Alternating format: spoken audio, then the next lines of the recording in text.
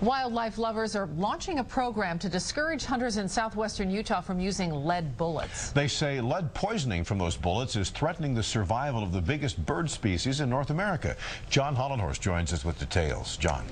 Well, brochures going out to hunters call it a face only a mother could love. It's probably the biggest, ugliest bird around, but to many, the California condor is a magnificent natural wonder. Rescued from extinction, now threatened again by hunters who aren't even shooting at it. Condors were nursed back from the brink of extinction in captivity and then reintroduced on the Utah-Arizona border in 1996. Since then, at least 12 have died of lead poisoning. 2 died in Utah last year when they might have been on the verge of a rare event, laying a condor egg in the wild.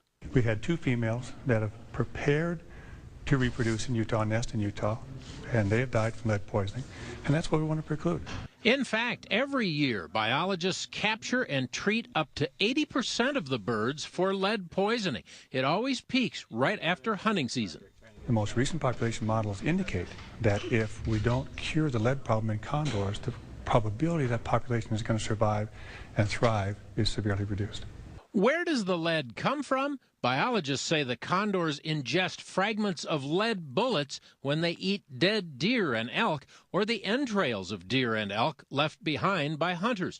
This year, a public-private partnership is sending out information to hunters in southwestern Utah, encouraging the use of copper bullets instead of lead. Next year, they'll send out vouchers that they will be able to take to a designated sporting goods store and get a free box of non-lead bullets. The voucher program is modeled after a successful effort in Arizona. 90% of their sportsmen, their hunters, have voluntarily said, we're going to use copper as opposed to lead. They're also burying gut piles and making those inaccessible to the condors. Next year's voucher program will be strictly voluntary and applies only in the hunting areas near Zion National Park. The program will be outlined tomorrow morning at a public meeting of the State Wildlife Board. And by the way, lead shot is already banned for most waterfowl hunters. They use steel shot instead. Interesting. A lot of connections going on there. Thanks, John. We'll be right back.